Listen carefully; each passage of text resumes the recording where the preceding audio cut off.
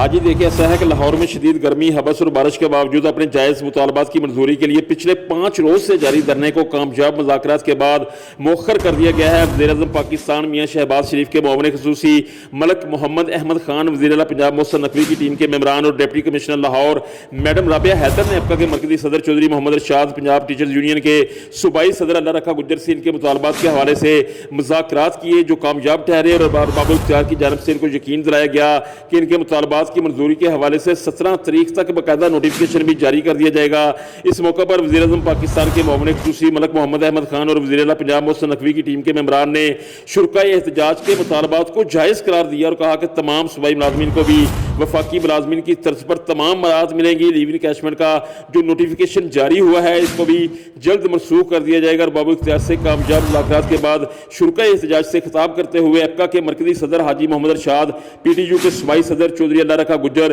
P T U کے صوبائی نائب صدر محمد طارق قریشی، ضلعی صدر P T U Abdul Wahid Dar کا کہنا تھا کہ ارباب اختیار کی مطالبات کی منظوری کی یقین دہانی پر دھرنا اور احتجاج ختم نہیں بلکہ مؤخر کر رہے ہیں۔ ذمہ داران کی جانب سے 17 تاریخ تک مطالبات کی منظوری کی یقین دہانی کروائی گئی ہے۔ اگر ملازمین کے مطالبات میں تخیری حربے، لتولال اور ڈنگ ٹپاؤ پالیسی سے کام لیا گیا تو ایک بار پھر لاہور کی سڑکوں پر دمادم مست قلندر ہوگا اور حالات کی تمام تر ذمہ داری انتظامیہ پر عائد ہوگی۔ جی